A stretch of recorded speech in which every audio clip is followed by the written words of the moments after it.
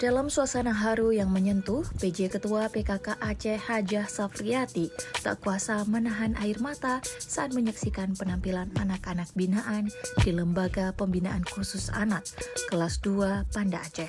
Dalam rangka memperingati Hari Ibu, acara yang diselenggarakan oleh Dinas Pemberdayaan Perempuan dan Perlindungan Anak Aceh bukan hanya sekedar kegiatan formal, tetapi menjadi momen emosional yang menghubungkan hati antara pemimpin dan anak-anak yang sedang berjuang untuk memperbaiki diri.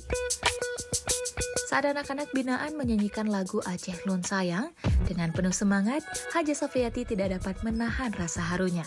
Ia bangkit dari tempat duduknya dan bergabung dengan mereka, merasakan kebahagiaan dan harapan yang terpancar dari wajah-wajah muda tersebut.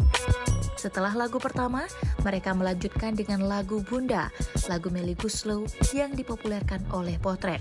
Suara merdu mereka menggema di ruangan, menciptakan suasana yang penuh kehangatan dan kasih sayang. Salah satu anak binaan dengan penuh keyakinan mengungkapkan perasaannya. Ia mengatakan, "Saya merasa Allah sayang sama saya.